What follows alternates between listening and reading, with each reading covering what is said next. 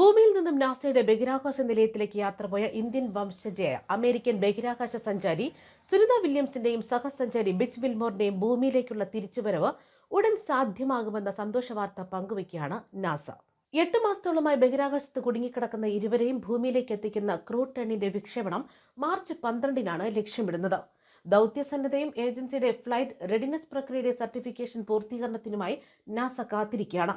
Crew 10 ദൗത്യത്തിൽ NASA ബഹിരാകാശ യാത്രികരായ Anne McClain, Nichole Ayers, Japan aerospace exploration agency ബഹിരാകാശ യാത്രികൻ തക്കുയ ഒനിഷി, റോസ്കോസ്മസ് ബഹിരാകാശ യാത്രികൻ ക്ലിറിക്കൽ പെസ്കാവ് എന്നിവരെയാണ് ബഹിരാകാശ നിലയത്തിലേക്ക് കൊണ്ടുപോകുന്നത്. നാസ പറയുന്നത് ക്രൂ 10 ദൗത്യത്തിനായി പുതിയ ഡ്രാഗൺ ബഹിരാകാശ പേടകം പറത്താനുള്ള ഏജൻസിയുടെ യഥാർത്ഥ പദ്ധതി ക്രമീകരിക്കാനുള്ള ഒരു മിഷൻ മാനേജ്മെന്റിന്റെ തീരുമാനത്തെ തുടർന്നാണ് നേരത്തെയുള്ള വിക്ഷേപണ അവസരം ലഭ്യമാകുന്നത്. ഇതിന് കൂടുതൽ പ്രോസസിംഗ് സമയം ആവശ്യമാണെന്നും നാസ പറയുകയാണ്. സുനിത വില്യംസിനെയും ബിച്ച് വിൽമോറിനെയും എത്രയും വേഗം തിരിച്ചെത്തിക്കാൻ സൗകര്യം ഒരുക്കണമെന്നാണ് US president Donald Trump SpaceX CEO Elon മസ്കിനോട് ആവശ്യപ്പെട്ടത്.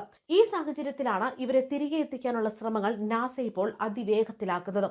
സ്റ്റാർലൈൻ പേടകത്തിന്റെ തകരാറിനെ തുടർന്ന് 2024 ജൂൺ മുതൽ സുനിത വില്യംസും ബിച്ച് വിൽമോറും ബഹിരാകാശത്ത് കുടുങ്ങിക്കിടക്കുകയാണ്. ഇരുവരെയും തിരികെ കൊണ്ടുവരാൻ മസ്ക് ട്രംപിന്റെ സഹായം തേടിയെന്നുള്ള വിവരങ്ങൾ മുൻപ് തന്നെ പുറത്തു വന്നിരുന്നു. 10 ദിവസം മാത്രം നീണ്ടു നിൽക്കാൻ ഉദ്ദേശിച്ചുള്ളതായിരുന്നു ഇരുവരുടെയും യാത്ര. എന്നാൽ ബോയിങ് സ്റ്റാർലൈൻ പേടകത്തിന് വന്ന സാങ്കേതിക തകരാറുകളായിരുന്നു തുടർന്ന് ഇരുവരുടെയും ഭൂമിയിലേക്കുള്ള യാത്ര മുടക്കിയത്. മനുഷ്യരെ വഹിച്ചുള്ള പേടകത്തിന്റെ ആദ്യ പരീക്ഷണ വിക്ഷേപണമായിരുന്നു ഇത്. എന്നാൽ യാത്രക്കിടയിലുണ്ടായ ഹീലിയം ചോർച്ചയും ത്രസ്റ്ററുകളിലെ തകരാറും കാരണം ദിവസങ്ങൾ മാത്രം കണക്കാക്കിയിരുന്ന ദൗത്യം പിന്നീട് 8 മാസത്തോളം നീളുകയായിരുന്നു. സ്റ്റാർലൈനിന്റെ സർവീസ് മോഡ്യൂളിനാണ് പ്രശ്നമുണ്ടായത്. പേടകത്തിന്റെ സഞ്ചാരപാതയുടെ മൊത്തം നിയന്ത്രണവും ഈ സർവീസ് മോഡ്യൂളിനായിരുന്നു. ത്രസ്റ്ററുകൾ, ഊർജ്ജം എന്നിവ നിയന്ത്രിക്കുന്നതിനുള്ള സംവിധാനങ്ങൾ എന്നിവയും ഇതിലാണുള്ളത്. ജൂണിൽ സ്റ്റാർലൈൻ നിലയത്തിലേക്കുള്ള യാത്രയ്ക്കിടെ 5 ത്രസ്റ്ററുകളായിരുന്നു തകരാറിലായത്. തിരിച്ചു വരുന്നതിനിടെ കൂടുതൽ ത്രസ്റ്ററുകൾ പരാജയപ്പെടുമോ എന്നതായിരുന്നു ആശങ്കയും. അങ്ങനെയൊന്ന് സംഭവിച്ചാൽ ഭൂമിക്കും ബഹിരാകാശ നിലയത്തിനുമിടയിൽ പേടകം ബഹിരാകാശത്ത് നിശ്ചലമാകും.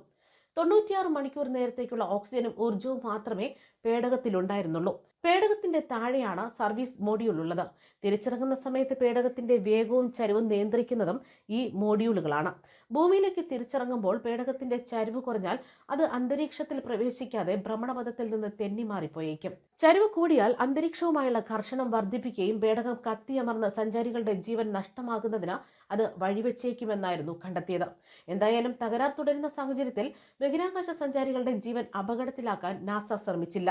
ഈ സാഹചര്യത്തിലാണ് ഇപ്പോൾ ഇവരെ തിരിച്ചെത്തിക്കാനുള്ള അടുത്തൊരു ലക്ഷ്യവുമായി നാസ എത്തുന്നത്.